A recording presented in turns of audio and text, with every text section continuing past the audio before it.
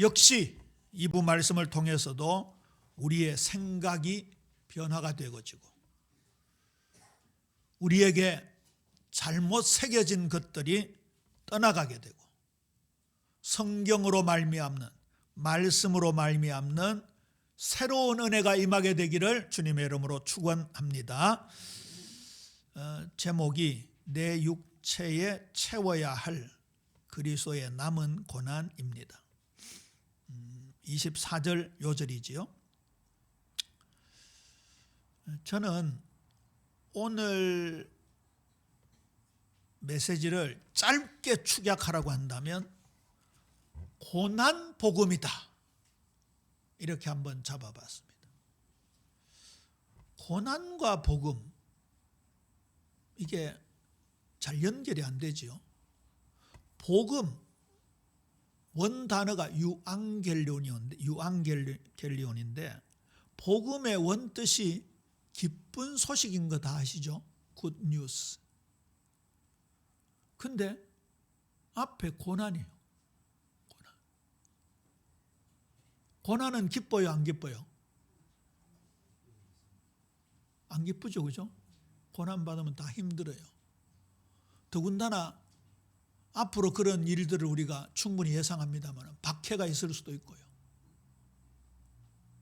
적그리스도가 등장해서 예비교회 사람들 잡아갈 수도 있고, 과거 일제강점기나 6.25처럼 그런 일들이 재현될 수도 있고,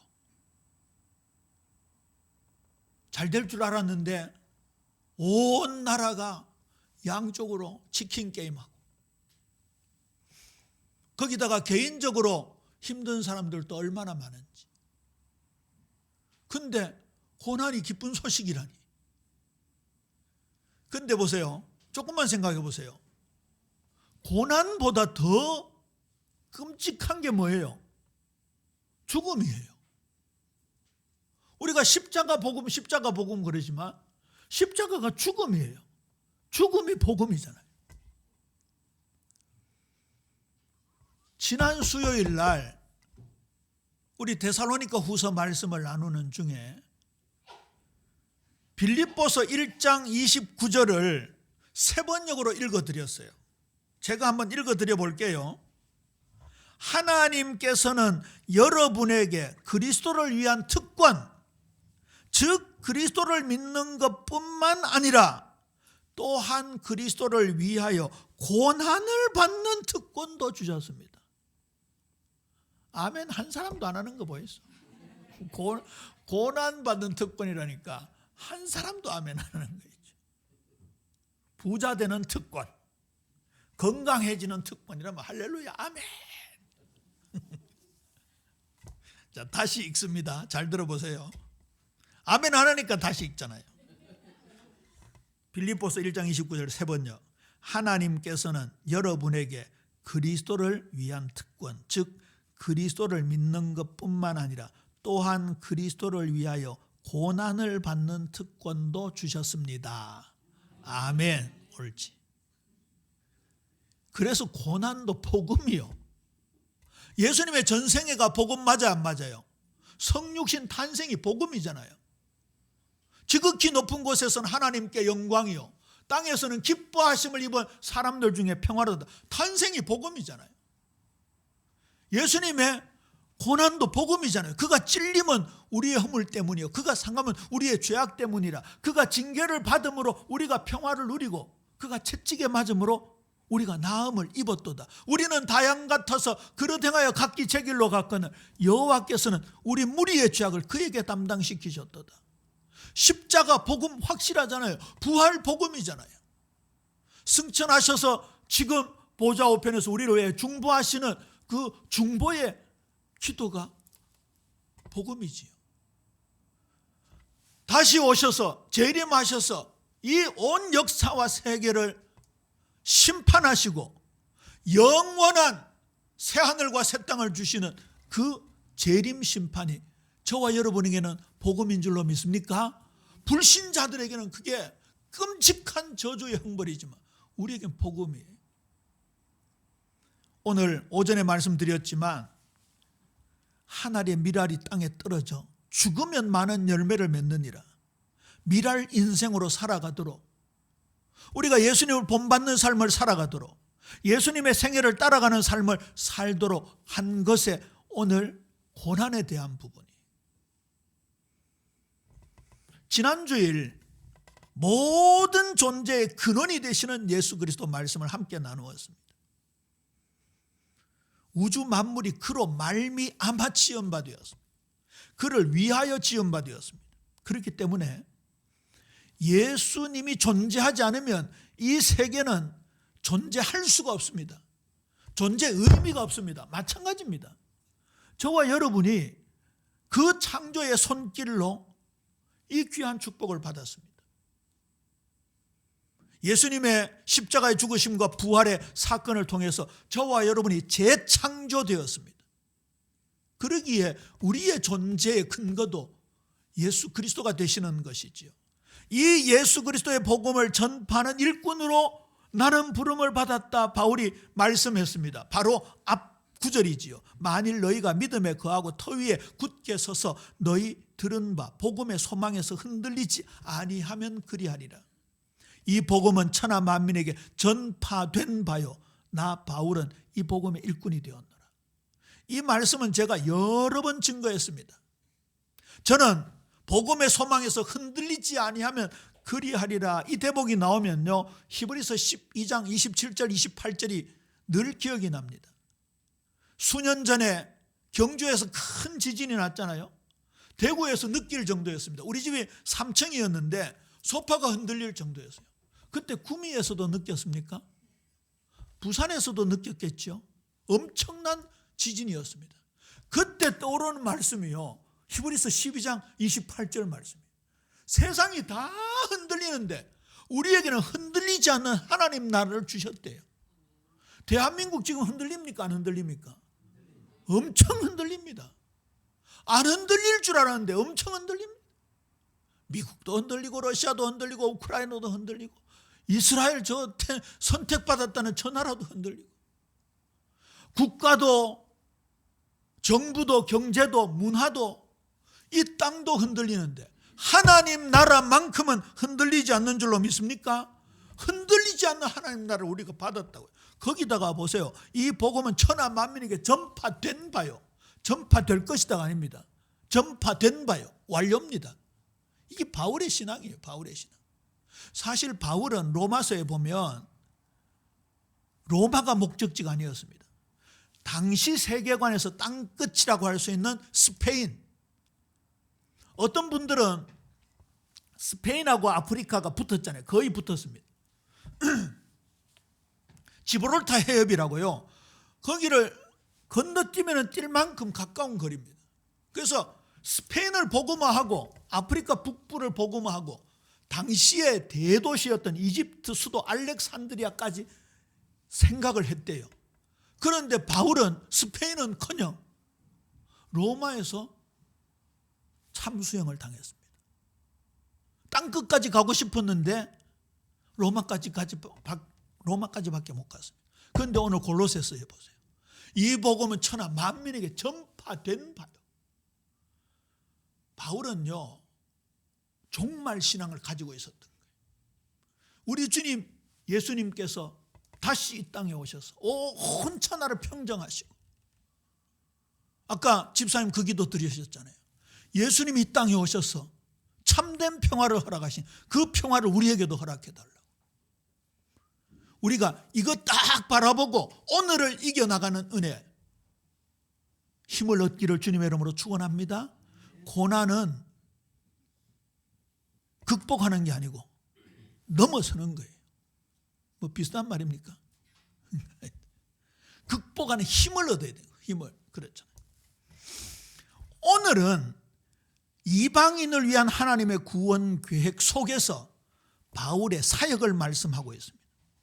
그동안 감추었던 하나님의 비밀이 나타내 보이기 시작했다. 누구를 통해서? 그리스도를 통해서. 이제는 유대인을 넘어 이방인 세계로 이 복음이 전달될 것이다. 바울은 이미 땅끝을 본 겁니다. 그러면서 복음 전파 사역에 대한 구체적인 방법으로 오늘 고난을 얘기하고 있습니다. 일부 말씀과 연결시키면 미랄의 역할을 감당하고자 하는, 일단 전과 달리 이 부분 꼭 기억하셔야 돼요. 법적으로 볼 때 우리 예비 성도님들은요, 법을 준수해야 돼요? 준수 안 해도 돼요?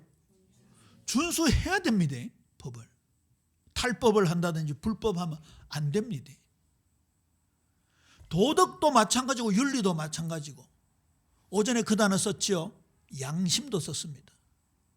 다시 말해서요, 불신자가 볼 때 합법적이고 도덕적이고 윤리적이고 저 사람은 양심적이어야 된다는 인정을 일단 받으셔야 됩니다. 그런데 그 이상이어야 됩니다.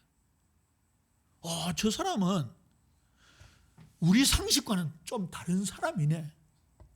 저 사람 진짜 저 모습 속에서 예수님 모습을 발견하네. 아까 그 세계적인 대부호가 그걸 느낀 거예요. 그 다음에요, 그 이상이어야 돼요. 스데반 집사님 예를 들었습니다만, 베드로가 복음 전할 때는 3,000명이 회개했는데 스데반이 복음을 전할 때는 3,000개 돌이 날아왔다잖아요. 그런데 그 무의식 속에서도 뇌가 터지고 온몸이 피탈이 나고 이제는 의식이 없어서 가물가물하는 그 시간에도 주여 저들의 죄를 저들에게 돌리지 마옵소서. 그건요, 여기에서 나온 거예요. 그 스데반의 소리가 하나님께서 구원하시기로 작정된 자들에게는요, 천둥 소리처럼 들렸어요. 그 마음에 엄청난 반향을 일으켰을 거예요. 거기서 예수님을 구주로 모시고 삶의 주인으로 모신 사람들이 일어났을 거란 말이에요. 자, 그 상황을 고스란히 가져와서 가정으로, 교회로, 그리고 직장으로 한번 연결시켜 보자고요. 오늘 한 알의 미랄처럼 희생을 해야 되는 거예요. 그렇죠? 우리가 이런 의미에서의 복음 전파, 마태복음 5장 16절 기억나십니까? 너희 착한 행실을 통하여 믿지 않는 사람들로 하여금 하나님께 영광을 돌리게 하라고요. 우리가 이런 사역을 위하여 수고해야 된다고요. 자, 우리 1장 골로새서 1장 29절도 한 목소리로 읽어볼까요? 시작. 이를 위하여 나도 내 속에서 능력으로 역사하시는 이의 역사를 따라 힘을 다하여 수고하노라. 마침 내일 새벽 메시지가 시편 44편이에요. 여기 힘을 다하여 수고하노라는 말이 나와요.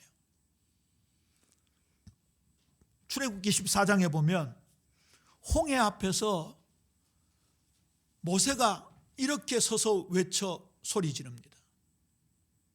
너희는 가만히 있을지니라. 여호와께서 구원하실 것이니까 너희는 가만히 있을지니라. 그걸 여기에다가 이렇게 대입해가지고 가만히 있으라 했지 수고하라 하지 않으셨다, 그렇게 해석하면 틀리는 거예요. 모세가 홍해 앞에서 너희는 가만히 있을지니라 할 때의 배경은 뭡니까? 막 떠드는 거예요. 사람들이 하나님 원망하고 모세 원망하고 우리를 다 여기서 수장시킬 참이냐, 애굽에서 차라리 죽었으면 좋겠다, 그런 말을 하지 말라 그 말이에요. 그래서 제가 전에 말씀드렸잖아요. 나대지 말라라는 뜻이지 아무것도 하지 말고 가만히 넉넉히 있으라 그 말이 아니에요. 나도 내 속에서 능력으로 역사하시는 이의 역사를 따라 힘을 다하여 수고하는 우리 예비 성도님들 되시기를 주님의 이름으로 축원합니다. 부활장 마지막 절이잖아요. 고린도 전서 15장 58절.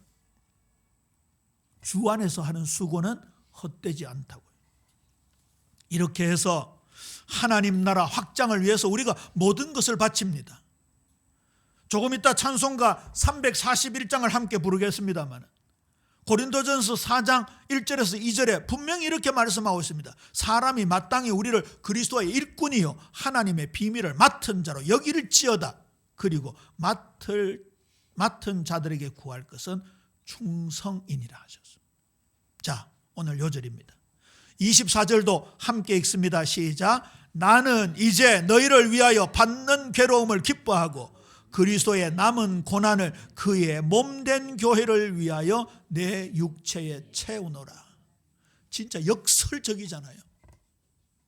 아까 그리스 사람들이 예수님을 위대한 성현으로 생각하고 뭔가 자기 나라의 철학의 한계, 자기네들이 자랑스럽게 여기던 소크라테스, 아리스토텔레스, 탈레스, 에피쿠로스, 스토익 학파, 그들에게서 한계를 느끼고 있던 그 사람들이 예수님을 무슨 성년처럼 생각하고 다가왔는데 예수님은 죽으라고 얘기하신 거예요.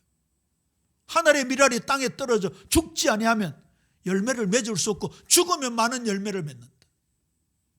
신앙은요, 이거 바꾸는 거예요. 그 그리스 사람들이 뭔가 지혜를 얻으려고, 유대인들이 뭔가 표적을 얻으려고 찾아왔지만 예수님은 그게 아니다라고 말씀하시는 거예요. 십자가의 죽음이다 말씀하시는 거예요. 그 길의 고난을 말씀하시는 거예요. 그런데 그것을 빌립보서 1장 29절에서는 특별한 권세라고 말씀하시니 이게요, 저는 복음이라고 느껴져요. 고난도 복음이고 십자가 죽음도 복음이다. 고난도 복음이다. 형언할 수 없는 고통이었지만 그럼에도 불구하고 기뻐한다. 왜 그렇습니까? 바울은 나중 영광을 본 거예요. 로마서 8장 17절에서 18절 같은 맥락의 말씀이 나옵니다. 자녀이면 또한 상속자 곧 하나님의 상속자요 그리스도와 함께한 상속자니. 아까 우리에게 주신 그리스도의 특권, 예수님을 메시아로 믿는 특권을 말하잖아요. 하나님의 생명을 받은 것을 말하잖아요. 그 다음에요, 우리가 그와 함께 영광을 받기 위하여 고난도 함께 받아야 할 것이니라. 생각하건대 현재 고난은 장차 우리에게 나타날 영광과 비교할 수 없도다. 이게 고난을 넘어서는 힘인 거예요. 고린도후서 4장 17절에서는 우리가 잠시 받는 환난에 경한 것이, 가벼울 경자, 지금 환난 받는 게 우리 사람 생각으로는 엄청나게 무거운 것 같지만 하나님이 보실 때는 경한 것, 가벼운 것이라고 말씀하고 있는 거예요. 지극히 크고 영원한 영광의 중한 것, 무거울 중자, 우리가 받을 영광이 훨씬 더 큰 거예요. 그래서 제가 신앙생활은 선택이라고 말씀을 드린 거예요. 베드로전서 4장 13절에서는 더 명백하게 말씀하고 있습니다. 오히려 너희가 그리스도의 고난에 참여하는 것을 즐거워하라. 이는 그의 영광을 나타내실 때 너희로 즐거워하고 기뻐하게 하려 함이라. 복 있는 자로 고난을 받느냐? 도리어 영광을 돌리라 말씀하고 있습니다. 저와 여러분이 복음 때문에 고난을 겪고 있잖아요. 또 앞으로도 겪을 것이잖아요. 그 이후에 주어지는 큰 영광, 필설로 형용할 수 없는, 우리 계산을 뛰어넘는 큰 영광이 앞으로 분명히 도래할 줄로 믿으시기를 주님의 이름으로 축원합니다. 생명의 면류관, 의의 면류관, 썩지 아니할 면류관, 기쁨의 면류관, 자랑의 면류관을 하나님은 예비해 놓으신 것입니다. 그래서 바울은 몸된 교회를 위해 내 육체에 채운다. 무엇을요? 그리스도의 고난을. 이거 자칫 잘못해가지고 예수님의 대속적 고난, 그런 그 가치 있는 그 대속적 고난을 말하는 게 아니에요. 교회 성장을 위해서 내가 고난하는 거예요. 교회는 예수님의 몸된 교회잖아요. 예수님을 머리로 하는 우리는 지체잖아요. 성장할 때 나타나는 고통을 무슨 통이라 그러죠? 성장통이라 그러죠. 저는 그 얘기만 들었지 우리 애들이 성장통을 겪을 때 그거 진짜 이상하더라고요. 사랑이가 성장통을 많이 겪었을까요? 소망이가 성장통을 많이 겪었을까요? 사랑이가 키가 크거든요. 사랑이가 성장통을 많이 겪었어요. 그런데 성장판이 주로 뼈 끝에 있대요. 뼈 끝에. 그래서 성장판이 닫힌다 이렇게 말하잖아요. 20대 중반쯤 되면 성장판이 닫혀요. 그런데 20대 넘어서 30대, 40대까지 성장판이 안 닫히면 거인되는 거 있잖아요. 말단 비대증. 그런데 그런 경우는 이제 병적인 거고, 성장판은 보통 20대, 그때까지 열려있는 상태인데 이때 엄청난 고통이 생기는 거예요.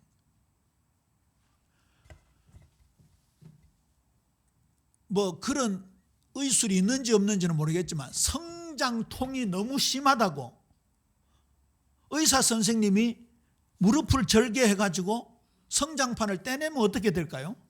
그러면 안 자라겠지요. 그 가요 중에도 그런 거 있잖아요. 아픈 만큼 성숙해지고. 그러니까 고난은 필수적인 거예요. 고난을 받아야 천국 간다 이렇게 하면 행위 구원이 되지만 우리가 천국 가는 여정 속에 고난이 있다 그 말이에요. 고난이 있다. 기쁘게 여기시기를 주님의 이름으로 축원합니다. 사도행전 14장 22절입니다. 에베소 교회에 제자들의 마음을 굳게 하고 이 믿음에 머물러 있으라 권하고, 또 우리가 하나님 나라에 들어가려면 많은 환난을 겪어야 될 것이다 그랬습니다. 그래서 고난, 환난이 복음이다.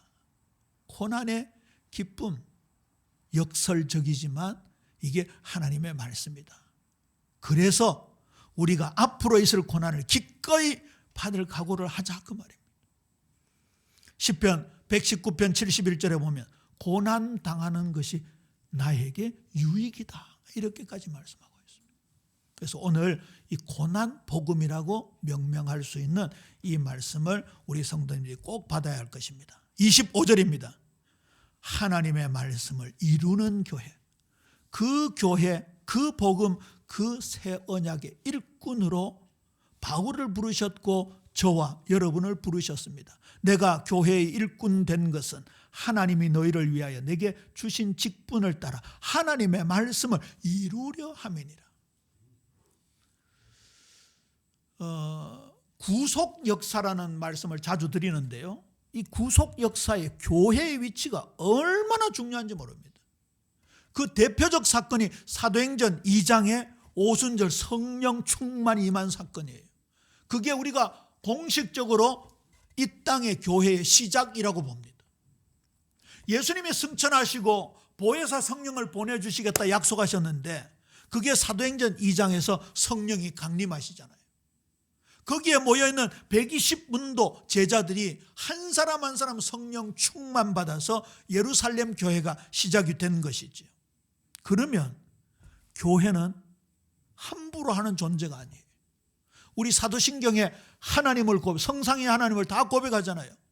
예수님의 구속 역사를 다 고백하고 그 다음 단계가 뭐예요? 교회를 고백하는, 교회를 고백하는. 그래서 교회의 일꾼이라고 할 때는 주신 사명에 따라 그리스도의 몸을 세우는 역할을 하는 직분이에요. 거기에는 인내와 수고가 따른다 그 말입니다. 그리고 우리를 직분, 청지기로서의 사명의식도 가져야 합니다. 여기 육체에 채우노라는 말씀이 나왔는데요, 여기 육체에 채운다라는 말은 늘 말씀드리지만 이 컵에 찰랑찰랑 채우는 게 아니라고 했죠. 흘러 넘치는 것을 말합니다. 우리에게 그리스도의 남은 고난이 철철철철 흘러 넘치도록 예수님의 순환주간, 그 고난주간의 고난당하심과 십자가의 죽으심의 그 복음이 우리에게 철철철 흘러 넘치도록, 그래야 다른 이들에게 전달되고 이 하나님 나라가 확장이 되는 것이죠. 어디까지요? 26절 27절입니다. 이 비밀은 만세와 만대로부터 감추어졌던 것인데 이제는 그의 성도들에게 나타났고 하나님이 그들로 하여금 이 비밀의 영광이 이방인 가운데 얼마나 풍성한지 알게 하려 하십니다. 이 비밀은 너희 안에 계신 그리스도시니 곧 영광의 소망이니라. 한 알의 밀알이 땅에 떨어졌는데 그 밀알 속에 있는 생명이 땅에 박혔는데 거기에서 수많은 열매들이 나오잖아요. 시골에서 자란 분들은 아시겠지만 이 벽과 식물들의 열매가 제일 많잖아요. 그 중에 조 보세요. 조 보셨어요? 조. 안 집사님은 대구 사람이라 조 모르죠? 모르죠. 박 집사님, 저 두 분은 대구 촌 사람들이라 모르는데 우리는 시골 사람들이야 조를 알아요. 조 이거는요 한 이상만 해도요 그 도대체 장로님 몇 개나 될까요? 수천 개, 거의 10,000개가 소복하게 달렸어요. 그런데 그 수천 수만 개가 조그마한 좁쌀 하나 땅에 심었는데 거기서 나온 거예요. 한 알의 밀알이 땅에 떨어져 죽으면 많은 열매를 맺느니라. 우리 예비교회가 그렇게 영적으로 성장하는 은혜가 있어야 될 줄로 믿습니까? 그게 전달되어지는 거예요. 그게 영광이라고요. 28절입니다.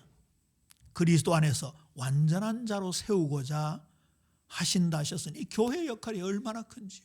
특히 선포되어지는 말씀이 얼마나 중요한지. 우리가 그를 전파하여 각 사람을 권하고 모든 지혜로 각 사람을 가르치면 각 사람을 그리스도 안에서 완전한 자로 세우려 함이니. 이 말씀을 거꾸로 거슬러 올라가면요 무슨 배경이 있습니까? 아직까지 완전치 못하다 그런 뜻을 가지고 있죠. 우리 예비 찬양대 전에 등록된 성가대원들 완전히 이빠이 100% 왔을 때 그때 뭐라 그랬죠? 완전체라 그랬죠. 그렇잖아요.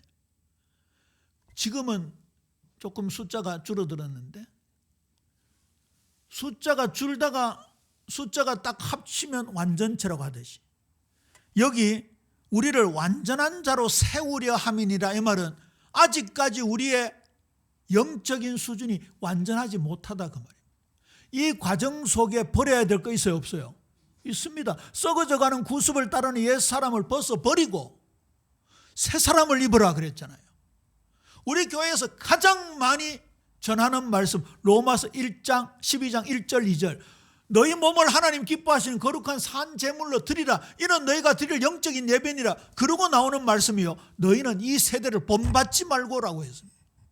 우리 속에 저 같으면 60년 이상 세상에서 물들어 있는 게 얼마나 많은지. 요즘 우리 기도 인도하시는 대표 기도자들이 전부 회개하잖아요. 얼마나 우리 속에 덕지 붙어 있는 게 많은지. 이거 빼야 완전체로 올라갈똥말똥한 거예요. 근데 이게 무슨 힘으로 가능하냐 그 말입니다. 여기에 물을 계속 부어보세요. 여기 예를 들어서 구정물이 담겼는데 계속 새물을 공급해보세요. 여기 구정물은 빠져나가듯이. 명절 끝날 곧 큰 날에 예수께서 서서 외쳐 이르시되 누구든지 나를 믿는 자는 그 배에서 생수의 강이 흘러나오리라. 예수 믿을 때 가능한 줄로 믿습니까? 예수님의 삶과 예수님의 말씀을 믿을 때 오늘 성령의 감동 감화로 바울을 통해서 우리에게 기록해 주신 성령 하나님의 말씀을 담을 때 이게 가능한 거예요. 다른 왕도가 없습니다. 다른 왕도. 거기다가 잘못된 교리, 왜곡된 복음, 비성경적인 가르침에 빠져들지 않도록 하나님의 말씀은 교훈과 책망과 바르게 함과 의로 교육하기에 유익한 능력을 가지고 있는 거예요. 히브리서 4장 12절 말씀은 우리를 정확하게 진단하고 우리를 정확하게 치료한다는 그 분명한 내용을 담고 있잖아요. 그러면서 충분히 자라 성숙하게 하신다고요. 에베소 4장 13절 14절입니다. 우리가 다 하나님의 아들을 믿는 것과 아는 일에 하나가 돼 온전한 사람을 이루어 그리스도의 장성한 분량이 충만한 데까지 이르리니. 이게 구원의 서정 중에 성화의 과정인 거예요. 이거 절대적입니다. 선택이 아닙니다. 옵션이 아니라고요. 절대적인 거예요. 우리 새 차를 구입할 때 필수가 있고 옵션이 있잖아요. 옵션은 선택이라고 하잖아요. 이거 지붕에 이거 뚜껑 열렸다 닫혔다는 거 선루프라 그러죠. 그거는 필수예요, 옵션이에요. 옵션이에요. 그거 없어도 차는 갑니까, 안 갑니까? 갑니다. 그리고 지금은 대부분 이 차 핸들이 파워 핸들인데 옛날에는 그 파워 핸들 없었습니다. 그 옛날에는 그게 옵션이었어요. 그리고 돈 더 줘야 돼요. 지금 젊은 사람들은 모를 거예요. 옛날에 제일사랑교 시절, 저 내당동 시절에 이스타나라는 차를 제가 몰았는데요. 그 우리 교회 차 딜러가 한 사람이 있었는데 그 이스타나를 그레이스로 바꾸려고 했던가 SM5로 바꾸려고 했던가 그 집사님이 차를 몰아보더니 아이고 목사님 이 차를 어떻게 지금까지 몰았습니까? 성격도 좋으시다면서. 내 같으면 벌써 집어던졌다면서. 그만큼 뻑뻑했어요. 이거 클러치도 뻑뻑하고. 근데 제가 이 말씀을 드리는 이유는요. 그 파워 핸들이 없어도 차는 갑니다. 근데 많은 사람들이 성화를 옵션처럼 생각하는 거예요. 예수 믿고 구원받고 끝, 의롭다 끝. 이제는 죽으면 천당 간다 끝. 아니에요. 저와 여러분이 천국 가는 여정 속에 그리스도를 닮아가는 성장의 과정이 필요한 줄로 믿습니까? 그게 오늘 1부, 2부 말씀이에요. 고난을 기쁘게 여기라. 아픈 만큼 성숙해지는 거예요. 우리가 그런 성장을 해야 되는 거지. 이는 우리가 이제부터 어린아이가 되지 아니하여 사람의 속임수와 간사한 유혹에 빠져 온갖 교훈의 풍조에 밀려 요동하지 않게 하려 함이니 얼마나 많은 도전이 오는지 얼마나 많은 유혹이 오지는지 우리가 가진 이 복음을 흠집을 내려고 이 복음을 파괴시키려고 이 복음을 이상하게 포장해서 엉터리로 만들어서 우리를 막 흔들고 있잖아요. 우리 삶을 흔들고 있잖아요. 그래서 여기에서 우리가 굳건하게 견뎌내고 비진리와 싸우고 거짓과 싸우고 이게 전부 영적인 전쟁이다 그 말이에요. 아까 빌립보서 1장 29절 읽었고요. 제목은 결론으로 이를 위해 수고를 아끼지 아니한다. 그렇게 결론을 맺으면 되겠고 한 군데만 더 말씀을 드릴게요. 빌립보서 2장 16절입니다. 읽고 마치지요. 생명의 말씀을 밝혀 나의 다름질이 헛되지 아니하고 수고도 헛되지 아니하므로 그리스도의 날에 내가 자랑할 것이 있게 하려 함이라. 우리 예비 성도님들 말씀 따라 그대로 순종하고 전진하고 말씀을 가감없이 받아들이고 이 말씀으로 말미암아 치유받고 그리스도의 장성한 분량까지 성장해서 저 먼 미래에 우리 주님께서 다시 오시는 그날 심판의 날때에 모든 종류의 면류관 받는 영광의 축복이 있기를 주님의 이름으로 축원합니다.